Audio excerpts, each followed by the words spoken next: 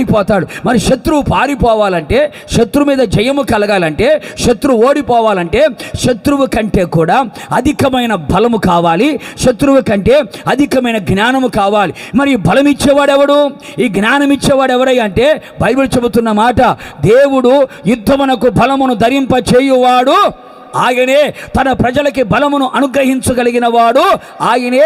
ఇశ్రాయేలు దేవుడే తన ప్రజలకి బల పరాక్రమములను అనుగ్రహించును. ఆశ్చర్యకరుడు, ఆయన ఆలోచనకర్త, ఆయన బలవంతుడైన దేవుడు, ఆయన పరాక్రమశాలి, ఆయన బలము కలిగిన దేవుడు గనుక ఆయన దగ్గరకు వచ్చి, ప్రభువా నీ బలము నాకు కావాలయ్యా, నీ బలముతో నన్ను నింపవయ్యా అని అడగగలిగితే దేవుడు మనకు బలమునిస్తాడు. కూడా చప్పలు గట్టిగా, దేవుడు మనకు బలమునిస్తాడు. అందుకనే ప్రభువు దగ్గరికి వచ్చి, ప్రభువా నాకు జ్ఞానము కావాలయ్యా, సాతాను జ్ఞానము కలిగి ఉన్నాడు, ఆ జ్ఞానము చేత